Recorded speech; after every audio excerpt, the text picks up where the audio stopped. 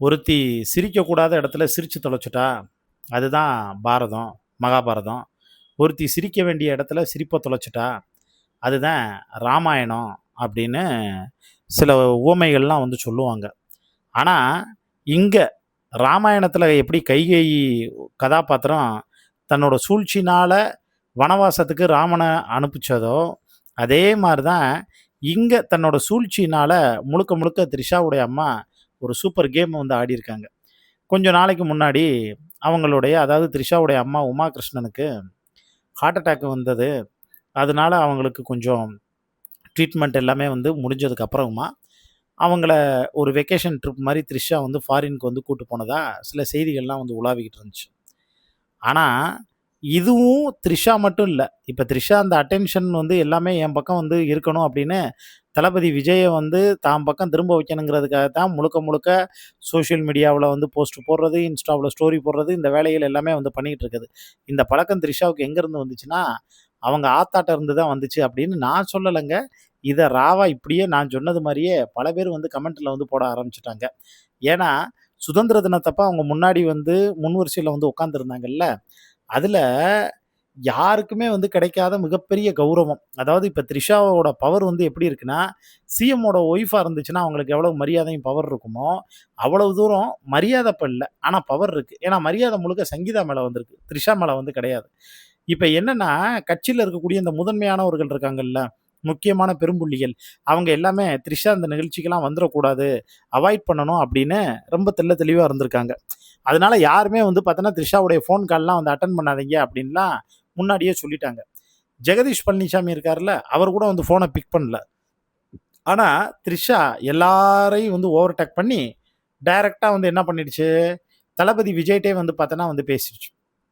தளபதி விஜய் தான் என் அப்பா பக்கத்துல வந்து த்ரிஷாவுக்கு வந்து சீட்டு போடு அப்படின்னு வந்து சொன்னதே அவர்தான்னு இப்போ வந்து ஒரு விஷயம் சோஷியல் மீடியாவுல பயங்கர வைரலா வந்து போயிட்டு இருக்குங்க.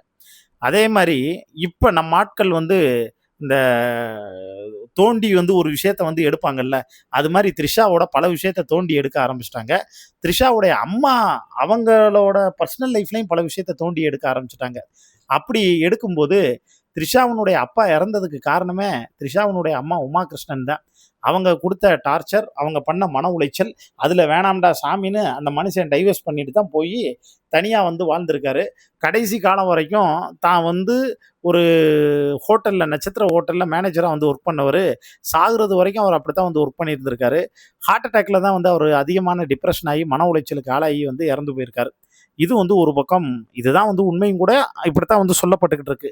ஆனா, இப்ப த்ரிஷாவுடைய கௌரவம் வந்து எப்படி இருக்குன்னா, டிவிகே மத்தியில, "அப்பா தளபதிக்கு அப்புறமும் த்ரிஷாவோட கடக்கன் காட்டுனா போதும். ஏதாவது காரியம் ஆகணும்னா போதும். த்ரிஷா பேசினா போதும். த்ரிஷா சொன்னா அப்படியே வந்து பார்த்தோன்னா ரெக்கமெண்டேஷன் ஃபுல்லா ஸ்ட்ராங்கா வந்து நடக்கும்." இது எல்லாமே முழுக்க முழுக்க யார் சொல்றது அப்படின்னா, அங்க இருக்கக்கூடிய நம்ப தகுந்த வட்டாரங்கள். அதனால த்ரிஷாங்கிற ஒரு டாபிக்க யார் எடுக்கிறதுக்குமே பயமா இருக்கான். கூடிய சீக்கிரம் த்ரிஷாவும் நம்ம அம்மையார் ஜெயலலிதா மாரி அந்த இடத்துக்கு ஆசைப்பட்டு அதே இடத்துல வந்து உட்கார்ந்தாலும் ஆச்சரியப்படுறதுக்கு எதுவும் இல்லைன்னு நம்ப தகுந்த வட்டாரங்கள்லேருந்து தகவல் வந்திருக்குங்க. அப்புறமும் த்ரிஷாவினுடைய அம்மா இருக்காங்கல்ல, அவங்க வந்து ஒரு ட்ராமா பண்ணியிருக்காங்க. இந்த ஹார்ட் அட்டாக் ட்ராமா. இது தளபதி விஜய்க்கு வந்து ட்ராமான்னு தெரியாம அந்த மனுஷன் வந்து நம்பி அவங்கள நலம் விசாரிக்கும்போது, "கவலைப்படாதீங்க. த்ரிஷாவ நல்லபடியா நான் வந்து பார்த்துக்கிறேன். நீங்க எத பத்தியும் வந்து யோசிக்காதீங்க" அப்படின்னு ரொம்ப ஃப்ரெண்ட்லியா ஒரு கமிட்மெண்ட் வந்து குடுத்துருக்காரு. அதனால குடுத்த வாக்க காப்பாத்தணுங்கிறதுக்காக தான் நம்ம தளபதி இவ்வளோ தூரம் முட்டு குடுக்குறாரு போல. ஆனா மனைவிக்கு செஞ்ச சத்தியத்த காப்பாத்தணும்னு அவசியம் வந்து கிடையாது. ஏன்னா, அத காத்தோட நம்ம வந்து டீல்ல விட்டுறலாம். சங்கீதாவா, த்ரிஷாவான்னு வந்தா, எனக்கு சங்கீதா முக்கியம் இல்ல. த்ரிஷா தான் வந்து முக்கியம் அப்படின்னு ஸ்ட்ராங்கா இருக்கும்போது, யாரும் எதுவும் சொல்ல முடியாது. ஏன்னா, அவரோட அம்மா, பெத்த தாய பத்தி நயினார் நாகேந்திரன் தப்பா பேசுறாரு. அவர கைது பண்ண முடியல. ஏன்னா வீட்டுக்கு போன உடனே அம்மா சொன்னா தான் அப்பா யாருன்னு தெரியும்னு நயினார் நாகேந்திரன் சொல்றாரு. அத யார் வந்து தப்பா வந்து சொல்ட்டாருன்னு கைது பண்ணல. ஆனா த்ரிஷாவ பத்தி வந்து உதயநிதி வந்து சொன்ன உடனே, அதுவும் த்ரிஷாவ பத்தி சொல்லல. அவர் ஜெனரலா ஒரு விஷயத்த சொன்னாரு. அப்ப த்ரிஷான்னு சொன்னாய்ங்க. அத ஊதி பூதாகரமா வந்து பெருசாக்கி அப்ப கைதெல்லாம் வந்து போச்சு. ஸோ, த்ரிஷாவுக்கு இருக்கக்கூடிய வேல்யூவு பெத்த தாய்க்கும் இல்ல, கட்ன மனைவிக்கு இல்ல அப்படிங்கிறது தான் நிதர்சனமான உண்ம மக்களே. இத பத்தி உங்களுக்கு தோணக்கூடிய கருத்துக்கள மறக்காம கீழ இருக்கக்கூடிய கமெண்ட் பாக்ஸ்ல மென்ஷன் பண்ணுங்க.